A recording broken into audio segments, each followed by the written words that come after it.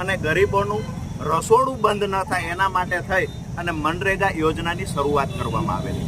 આજે મનરેગા યોજના જે પંચાયત વિભાગમાં આવે છે, જે પંચાયત વિભાગમાં મંત્રી તરીકે બચુભાઈ ખાબડ જવાબદારી નિભાવે છે, જેના પદ પર બચુભાઈ ખાબડ બેઠા છે, એના જ વિભાગમાં જે રાજ્ય સરકારની તિજોરીની ચાવી પંચાયત વિભાગમાં જેટલી પણ ગ્રાન્ટ છે, જેટલી પણ રકમ પડી છે, એની તિજોરીની ચાવી બચુભાઈ ખાબડને મંત્રી તરીકે આપવામાં આવી છે. ત્યારે બચુભાઈ ખાબડ પોતાના પરિવારના લોકોની મારફતે આ તિજોરી લૂંટાવી રહ્યા છે. માત્ર દેવગઢ બારિયા અને આજુબાજુના 1-2 તાલુકાઓમાંથી અત્યારે 71 કરોડ રૂપિયાનું કૌભાંડ સામે આવ્યું છે, જેમાં મંત્રીના બંને દીકરાઓની ધરપકડ થઈ છે.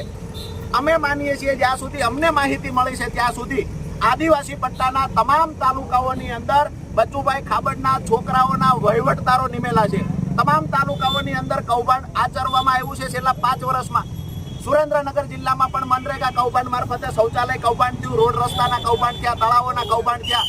છેલ્લે પીપરાળીમાં 2 દિવસ પહેલા 12 આરોપીની ધરપકડ કરવામાં આવી. એટલે કે રાજ્યવ્યાપી આ કૌભાંડ છે. જ્યારે જો આની ચોક્કસથી તપાસ થાય તો હજારો કરોડ રૂપિયાનું આ કૌભાંડ બહાર આવી શકે એવું છે. પરંતુ તંત્ર દ્વારા આ કૌભાંડને છુપાવવા, ઢાંકવાના પ્રયત્ન થાય છે.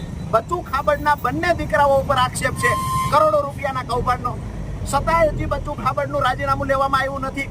ત્યારે આજે અમે જ્યારે ગાંધીનગર વારંવાર સમય માંગવા છતાં અમને મુખ્યમંત્રી દ્વારા કાર્યાલયથી સમય આપવામાં આવતો નથી, અમને મુખ્યમંત્રી મળતા નથી.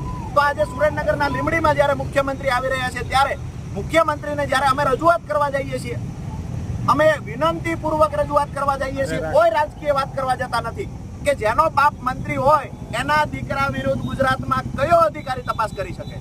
ચોક્કસથી તપાસ બિલકુલ ના થઈ શકે. એટલા માટે બચુ ખાબડનું પહેલા રાજીનામું લેવામાં આવે, ત્યારબાદ જે તાલુકાઓમાં મનરેગા યોજના અંતર્ગત કામ થયા છે એમાં રેન્ડમલી ક્રોસ ચેક કરી અને આ કૌભાંડને ઉજાગર કરવામાં આવે. જી.